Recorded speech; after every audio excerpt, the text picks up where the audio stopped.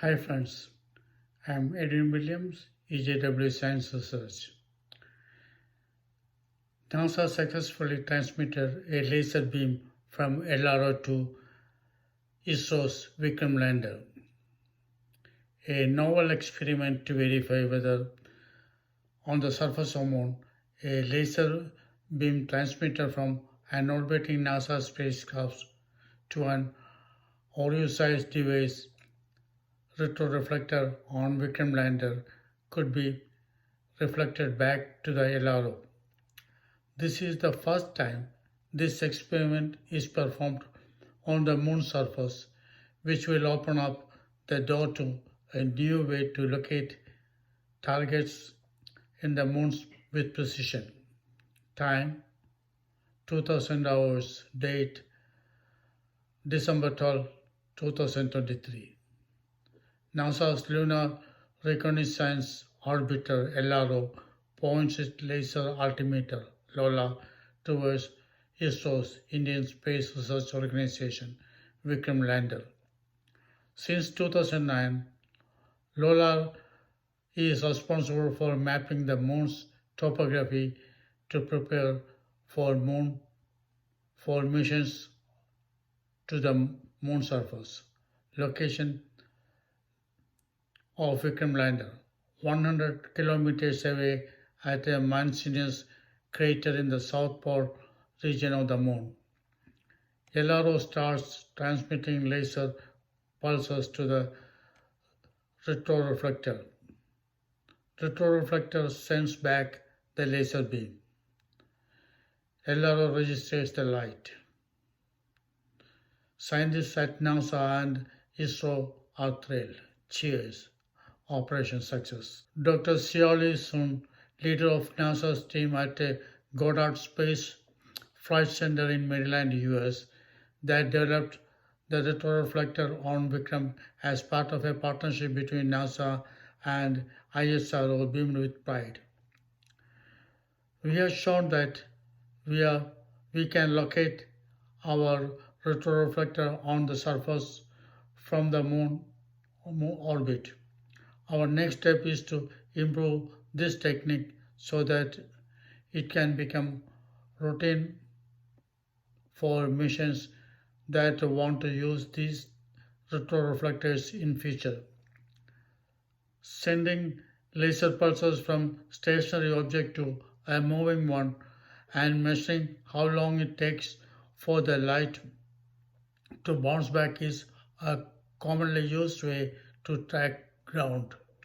But using this technique in reverse, that is, to send laser pulses from a moving spacecraft to a stationary one to determine its precise location, has many applications at the moon, researchers say. NASA's tiny but mighty laser retroreflector array is only 5 centimeters wide and has 8 quartz corner cube prisms fixed to a dome-shaped aluminum frame.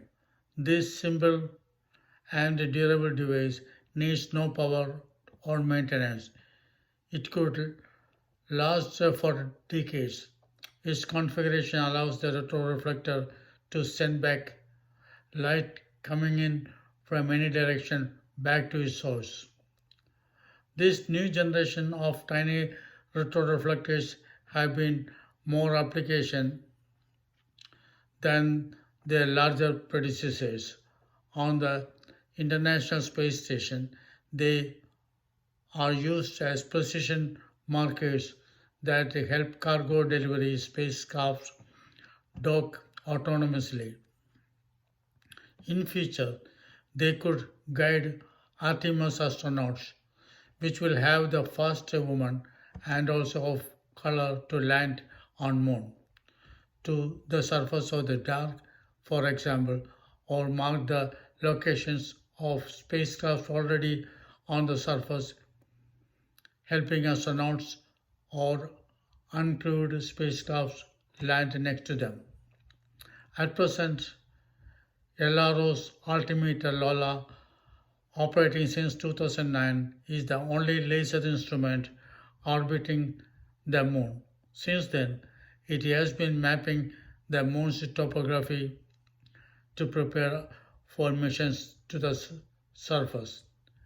Daniel Cremons, a NASA Goddard scientist who works with Dr. Sun, says that it took the altimeter eight tries to contact Vikram's reflector, and they want more accuracy to this.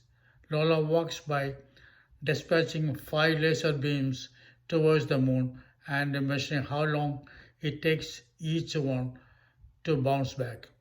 The quicker the light returns, the less distance between Lola and the surface, and thus the higher the elevation in that area.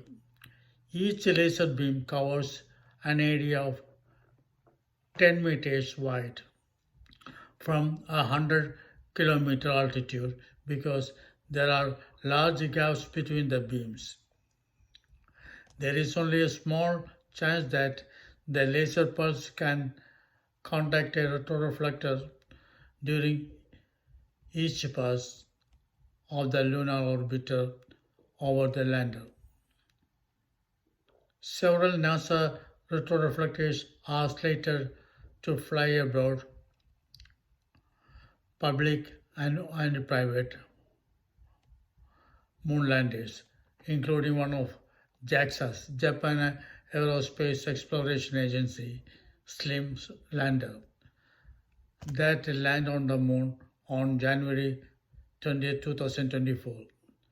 The one built by Intuitive Machines, a private company scheduled to launch its spacecraft to the moon in mid-February. Thank you very much. Please like and share my channel. Please also subscribe. Reference from NASA publications.